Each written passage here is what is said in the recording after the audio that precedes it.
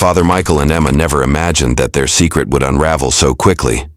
But in the quiet town of Brooksville, no one could escape the truth forever. What began as an innocent connection soon spiraled into a scandal that would shake their community to its core. The town of Brooksville had always been a place where everyone knew everyone. Tucked away in the rolling hills, its cobblestone streets and charming houses created the image of a peaceful, timeless community. Life moved slowly, and the church, at the center of town, was the heart of it all.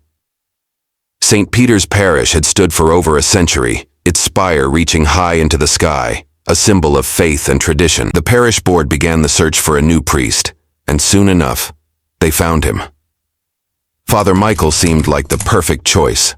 A man in his 40s with a warm smile, kind eyes, and an air of calm authority, he quickly made an impression on the community. He had served in various parishes across the country, but his calm and reassuring presence was exactly what Brooksville needed, or so it seemed. His arrival was a welcomed event, marked by a special mass and a small reception where the townspeople gathered to meet him. He spoke with ease, making everyone feel like they had known him for years, and it wasn't long before he became a familiar face in every corner of the town. The older women loved his gentle nature, the men respected his quiet strength, and the children admired his playful attitude. But as the weeks passed, the townspeople began to notice something about Father Michael. Despite his outward kindness, there was an intensity to him that no one could quite explain. There was something hidden behind his eyes, something lurking beneath the surface of his seemingly perfect facade. No one could put their finger on it, but the feeling lingered in the air. Father Michael's first few weeks in Brooksville were marked by a flurry of introductions and small, friendly gestures. He quickly established himself as a trusted figure in the town, always there to lend a hand or offer a kind word. Yet it was Emma, a young woman in her early 20s, who seemed to catch his attention in a way that others didn't. Emma had recently moved back to Brooksville after several years of living in the city. She was quiet, reserved, and somewhat lonely after returning to her childhood home. Her parents had passed away, and she found herself looking for a place to belong. The church became her sanctuary, a place where she could feel a sense of community despite her isolation. It wasn't long before Emma began attending Father Michael's masses regularly. She felt an inexplicable comfort in his presence, drawn not only to his thoughtful sermons but to the warmth he exuded. She soon volunteered to help with various church activities, staying late to organize events, clean, or help prepare the altar for the next service. Father Michael noticed her dedication and began to appreciate her quiet strength. Their interactions were always polite and professional, but there was a growing sense of camaraderie between them. As Emma became more involved with the church, she found herself spending more time around Father Michael. He would often compliment her on her efforts and even ask for her opinion on various matters, which made her feel important. What started as simple, brief exchanges during church services began to turn into longer conversations, especially when they found themselves alone in the quiet of the church office. The connection between them grew, subtle at first, but unmistakable as the days passed. Neither of them acknowledged it, but the undercurrent of something more was palpable. As the days turned into weeks, the connection between Father Michael and Emma deepened, although neither of them fully understood the nature of what was happening. It was subtle at first, small moments that didn't seem to mean much in the grand scheme of things. After church services, Father Michael would occasionally linger behind, asking Emma to stay and help with the closing duties. At first, it was nothing out of the ordinary. Emma was always willing to help, and Father Michael appreciated her dedication. However, as they worked together in the church, the air between them began to shift. What once had been a professional relationship started to feel more personal, the conversations they shared moving beyond casual chatter. One evening, after a particularly long service, Father Michael asked Emma to help him sort through some old records in the church office. They sat together at a table, the only light coming from a single flickering lamp above them. It felt intimate, though neither of them spoke of it aloud. Emma's usual reserve seemed to fade as she found herself laughing at his quiet jokes and listening to his stories about his time at other parishes. Father Michael, in turn, seemed more relaxed around Emma than he had been with anyone else. There was a trust developing between them, unspoken, but undeniable. The longer they spent together, the more Emma found herself drawn to Father Michael. His presence was comforting, yet there was something in the way he looked at her that made her heart race. It wasn't overtly flirtatious, but there was an undeniable tension that neither of them could ignore. Every time their hands brushed as they passed papers to each other, there was a brief electric spark, and each time they both looked away, trying to dismiss it. But the truth was that the chemistry between them was growing stronger, and they were both becoming more aware of it, even if they refused to acknowledge it out loud. It was a Thursday evening when things finally shifted. The sun had long set, and the church was quiet, with only the distant hum of the town's streetlights cutting through the stillness. Emma had agreed to stay late to help Father Michael sort through a collection of old church documents that had accumulated over the years. It wasn't the first time they'd worked together in the quiet of the office, but tonight felt different. There was a heaviness in the air that neither of them could ignore. As they sat across from each other at the old wooden table, the conversation flowed easily at first. They discussed the church's history, local events, and the occasional personal anecdote. But as time passed, their words became fewer, and the silence between them grew more pronounced. The closeness of the room, the dim lighting, and the solitude of the church created an atmosphere that felt almost like a secret world, a world where the line between priest and parishioner blurred. Emma felt a nervous excitement stir within her as Father Michael stood to fetch another stack of papers. The moment he leaned over her shoulder to place them on the table, his body was so close that she could feel the warmth radiating from him. For a moment, neither of them moved. The space between them seemed to close, and Emma's heart began to beat faster. She felt an unfamiliar pull toward him, an attraction she hadn't anticipated. It was as if the walls between them, built by his position and her role in the church, had suddenly collapsed. Father Michael cleared his throat, stepping back as if snapping out of a trance. He apologized awkwardly, but the tension lingered in the air like a storm cloud. Neither of them spoke of it, but the unspoken acknowledgement hung between them, and the moment passed, leaving them both shaken. That night, as Emma left the church, she couldn't help but feel that something had changed. What was once innocent had now become something else, something dangerous. Yet both of them knew they couldn't stop it. They would continue to meet, in secret, each encounter drawing them closer, but neither was ready to confront the consequences of their actions. Not yet.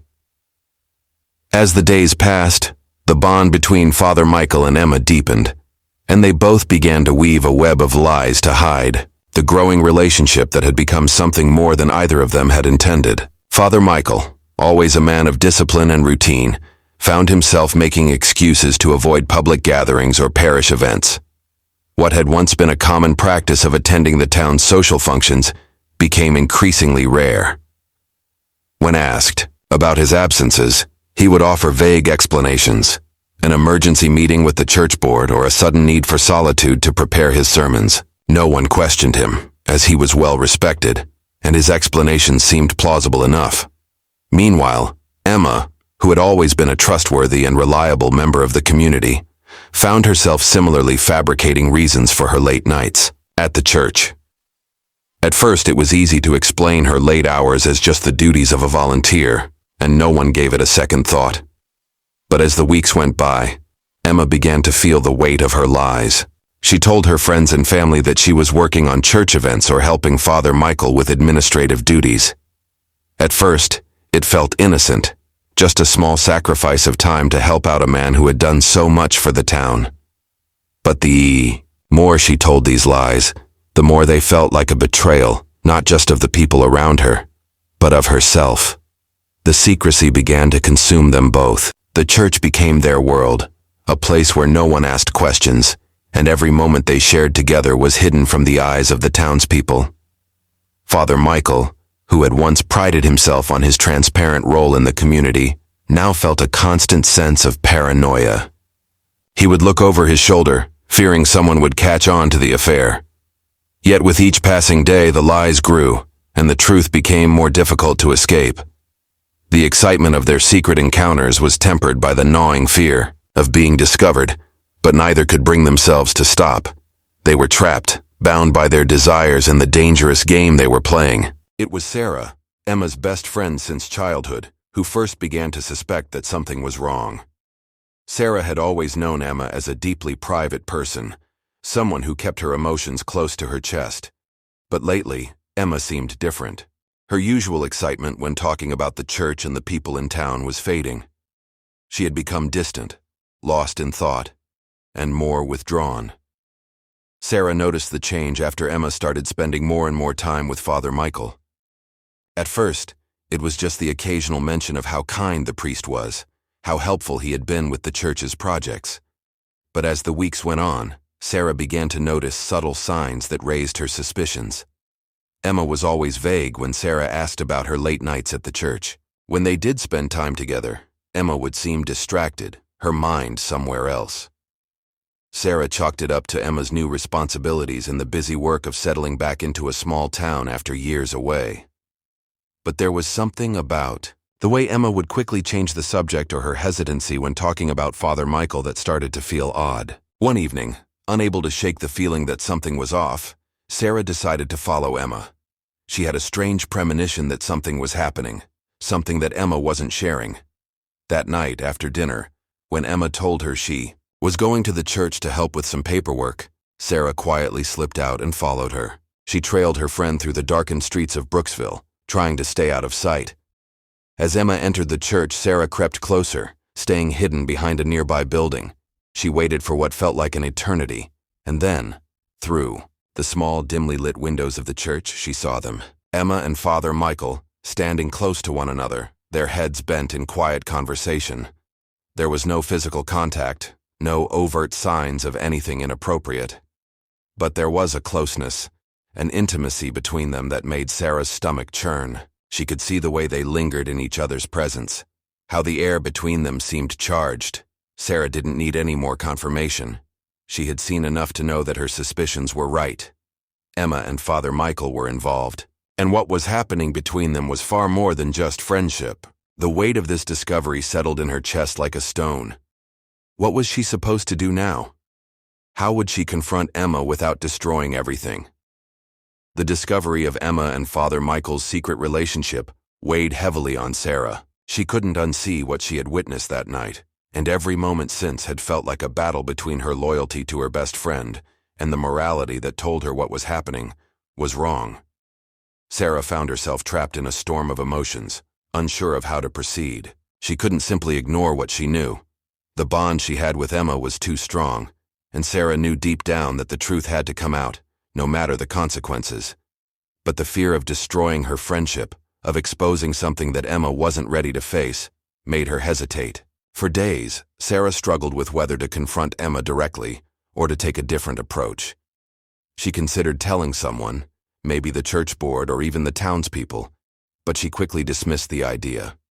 If Emma wasn't ready to acknowledge the affair, then Sarah felt it wasn't her place to expose it. The secrecy that had bound Emma and Father Michael together seemed like a fragile thread, and Sarah feared that pulling at it might unravel everything. Meanwhile, Emma seemed oblivious to the growing tension in her best friend. She continued to spend time at the church, helping Father Michael with various tasks, all while battling her own feelings of guilt. The attraction she felt for him was undeniable, but each time they were together, she was haunted by the voice in her head, reminding her of what was at stake. She knew it was wrong. She had been raised to believe that such relationships were forbidden, yet the emotions Father Michael stirred within her were too powerful to resist. But the strain of living a double life was taking its toll. The more Emma tried to keep the secret, the more exhausted she became. She couldn't look Sarah in the eye without feeling like she was hiding something, and each passing day felt like a test of how long she could keep the truth from surfacing. The guilt gnawed at her, but the pull toward Father Michael was just as strong. The pressure was becoming unbearable for both Emma and Father Michael. The walls of their secret world were closing in. Father Michael had always been a man of discipline, but now each day felt like a tightrope walk. He found himself canceling meetings, avoiding parish events, and making excuses to the townspeople for his increasing absences. He had built a life around his role as a priest, one based on trust and unwavering commitment. Now, with each lie he told, that foundation cracked just a little more. Despite his internal struggle, the affair continued. The connection he shared with Emma was too strong to sever, and every stolen moment between them only deepened the bond. Emma, too, found herself on the edge of a precipice. The guilt she felt for betraying her friends, her community, and her faith was constant. But the moments she spent with Father Michael, those quiet exchanges in the church office or the brief lingering touches that sent electric jolts through her body, made her feel alive in a way she hadn't in years. Her own sense of morality seemed to blur in those moments, and the weight of her actions became harder to bear. She loved the attention, the way Father Michael saw her as someone special, but she knew deep down that this was wrong. She couldn't deny the part of her that wanted to run from it all, but the allure of their secret kept pulling her back. Everything changed when Sarah, unable to keep quiet any longer, confronted Emma. Their confrontation was not one of screaming accusations or hurtful words. It was quieter, more dangerous in its calmness. Sarah's eyes were filled with disappointment, not anger, as she told Emma what she had seen that night. Emma's heart sank. She had hoped that no one would ever find out, that they could keep their secret hidden in the shadows. But now, there was no denying it. Sarah knew, and once the truth was out, there was no going back. The fragile illusion of control Emma had clung to shattered, and she was left to face the consequences of her choices. The moment Sarah confronted Emma, the weight of the secret they had both been carrying seemed to suffocate the air around them. Emma felt as though the ground had been pulled out from under her. She had hoped that no one would ever find out, that her carefully crafted lies would hold. But now, in the quiet of the moment, her best friend had uncovered the truth. The confession, though not vocalized yet, was written all over Emma's face. The guilt in her eyes was impossible to miss. Sarah's voice was calm, but there was an edge of sadness that made Emma's heart ache. "I saw you, Emma. I saw you both in the church, and I know what's going on." There was no judgment in Sarah's words, just a quiet devastation. Emma tried to find the right words to explain, but nothing seemed adequate. She could see the hurt in Sarah's expression, the way her best friend was trying to comprehend the betrayal. It wasn't just the affair. It was the secrecy, the lies, the breaking of trust. In the days that followed, Emma was consumed with a sense of dread, the weight of knowing that someone else knew the truth. Someone who would never be able to look at her the same way again was unbearable. The entire town had started whispering. Though the rumors were still unspoken, they hung thick in the air, feeding off the tension that had been growing for weeks. Emma could feel the change. People no longer looked at her the same way in church, and every time she passed Father Michael, their eyes met with an unspoken understanding that felt like a heavy burden. The church board, sensing that something was wrong, began to investigate the rumors. It wasn't long before Father Michael received an anonymous letter, detailed and damning. It outlined everything: the late nights, the private meetings, the growing intimacy between him and Emma. The letter was the final blow. There was no denying the truth any longer, and the parish had no choice but to take action. The community had trusted Father Michael, and now that trust had been irrevocably broken. Emma, feeling like she had no escape, was consumed with shame. She didn't know what would happen next, whether she could stay in Brooksville or whether she would be forced to leave. The damage was done, and she couldn't undo it. The affair, once hidden behind closed doors, was now exposed for the world to see. Everything was about to change. The fallout from the exposure of Father Michael and Emma's affair was swift and devastating. The once tight-knit town of Brooksville, which had prided itself on its sense of community and unwavering faith, was now divided. Rumors swirled like a storm, and every corner of the town seemed to buzz with hushed whispers and sidelong glances. People who had once praised Father Michael for his kindness and wisdom now spoke in disappointed tones, unable to reconcile the image of the man they had trusted with the truth of his actions. Father Michael, with his reputation shattered, was removed from his position at St. Peter's Parish. The church board, though hesitant at first, had no choice but to act. His resignation was announced quietly, but the ripple effect was anything but. The church, once a sanctuary, became a place of scandal and betrayal. Father Michael's departure was swift. He packed his belongings and left the town without ceremony, but the stain of his actions would never fully fade. Emma, too, found herself facing the consequences of her choices. The once welcoming faces of the townspeople now turned away from her, their expressions filled with a mixture of disappointment and disdain. She couldn't walk down the street without feeling the weight of their eyes on her, as if they could see through her to the secrets she had tried so hard to hide. Her friends avoided her, unsure of how to approach the situation. Sarah, though hurt, remained by her side, but even their friendship seemed strained, as though the trust between them had been irreparably broken.